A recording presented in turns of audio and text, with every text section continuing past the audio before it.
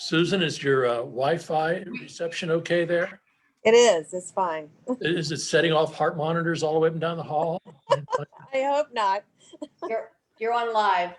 Okay, thank you. Okay, welcome to the Board of Park Commissioners meeting for Tuesday, March 2nd. Please call the roll. Mr. Cappers, Here. Mr. Emmerich, Here. Mrs. Westfall.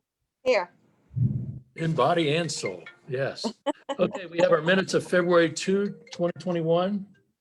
Are there any additions, corrections, or deletions to those minutes? None here. no, Okay, may I have a motion to approve those minutes, please? I'll make a motion to approve. I'll second that. All those in favor signify by saying aye. Aye. Aye. Okay, they are hereby approved. Okay, Mr. Drake, do you have anything to add to your report, sir? Yeah, two things. One is brand new this year at Treasure Island Park.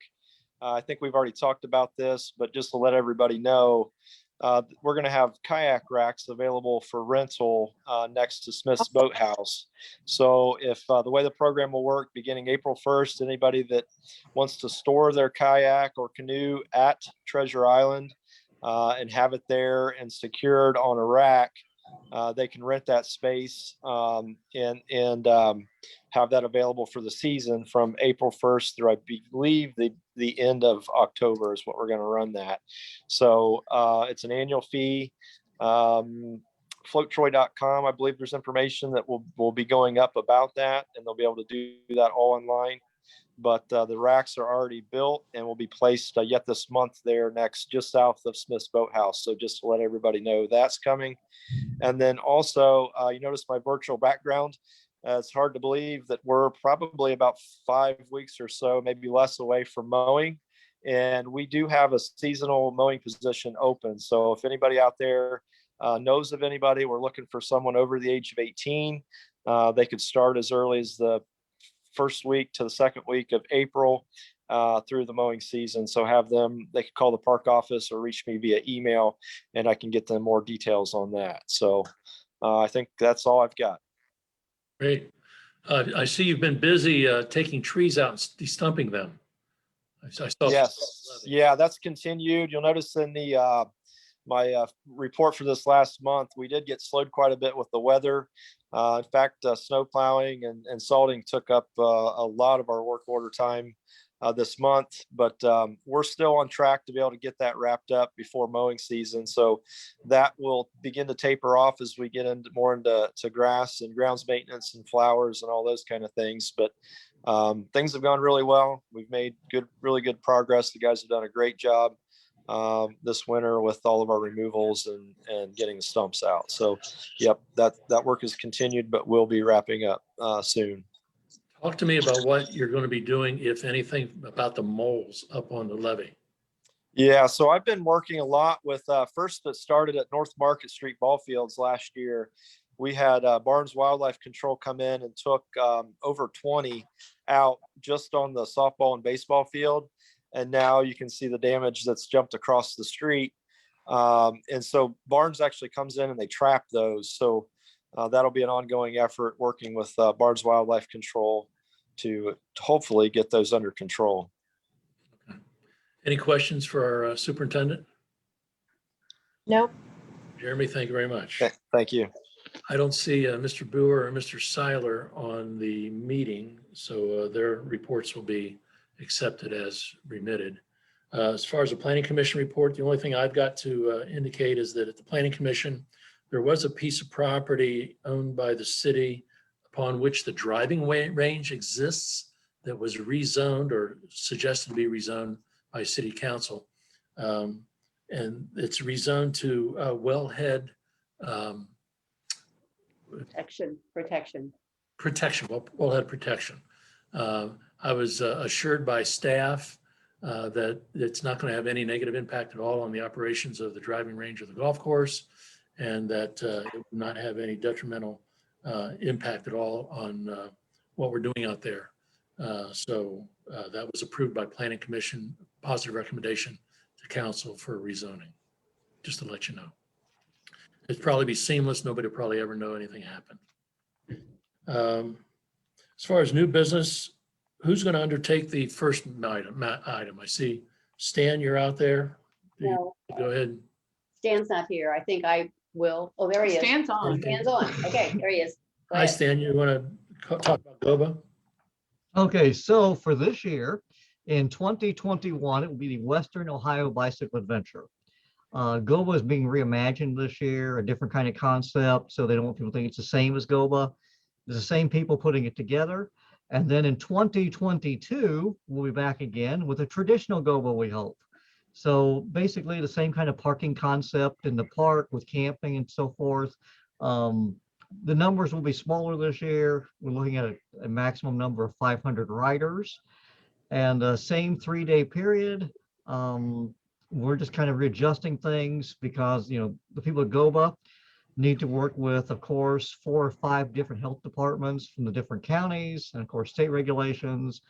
So since GOBA is now only, as Jeremy was pointing out, June is only a few months away, they need to engage a plan, and that's the plan on the table. So we're asking today for Park Board's permission to use Community Park and its resources as in years prior.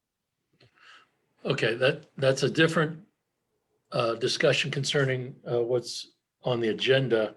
Apparently, there's legislation in the city right now indicating that there would be no overnight camping at all in the parks, and that's got to be approved by council.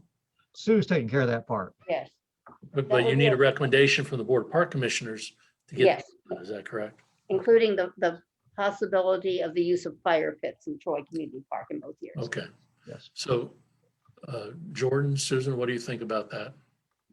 I'm fine with that. I think that's a great program and I have no problem with it. Yeah, it's always been a well-structured event, so I have no issues with continuing that. Okay, so would one of you want to make a motion to go ahead and approve recommendation of council that they approve overnight parking and the use of fire pits in community park for the GOBA arrangements in 21 and 22? I will make that recommendation, to city council. Okay, is there a second to that?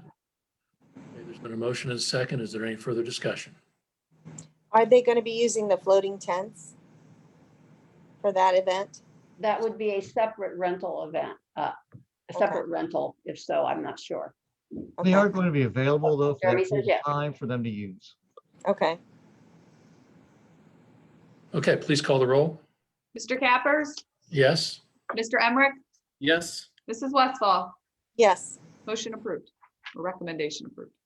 Okay, next we have something to do with the barn in the park and Troy Civic Theater for installation of cable for high-speed internet.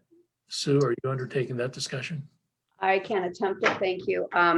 The Barn in the Park had come to the city saying that they would like to have the high-speed internet available to Troy Civic Theater.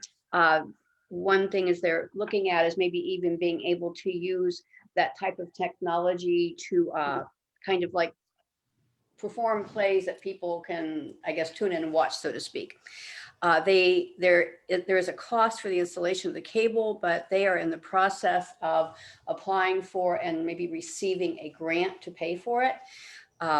What we just need is for the park board to support that the cable can be installed based on the map that was in your packet. We've reviewed this along the way with Mr. Drake. He has seen where it is. He doesn't seem to have any concerns that we're aware of.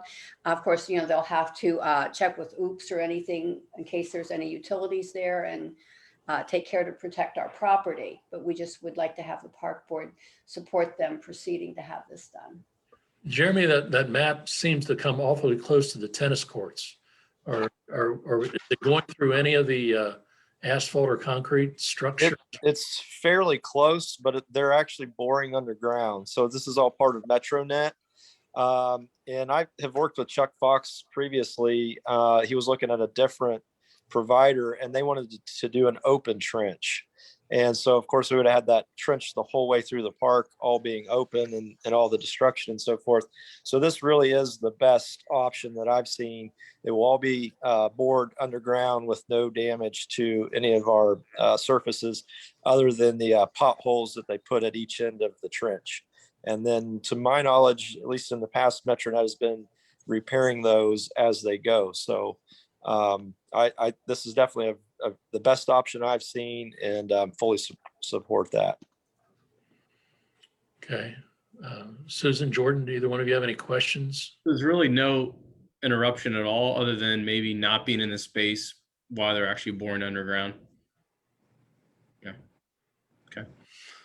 Okay, I would make a motion to go ahead and support and permit the installation of the cable to the barn in the park. Underground boring to be provided at the direction of our superintendent of parks. I'll second that. Second by Mr. Emmerich. Any further discussion? Please call the roll. Mr. Cappers, Yes? Mr. Emmerich, Yes. Mrs. Westfall, Yes. motion approved. Okay, does staff have anything else to come before the board today? No, sir. Jeremy, you have anything else you want to discuss? You want to talk about anything else? Okay, great. I'll entertain a motion to adjourn. Motion to adjourn. I'll second it. All those in favor signify by saying aye. Aye. We stand adjourned. Susan, get well quickly, okay? I will. I will. All right. Yeah. Thank Take you. care. All right. Yeah. Thank you for attending. Bye. Bye.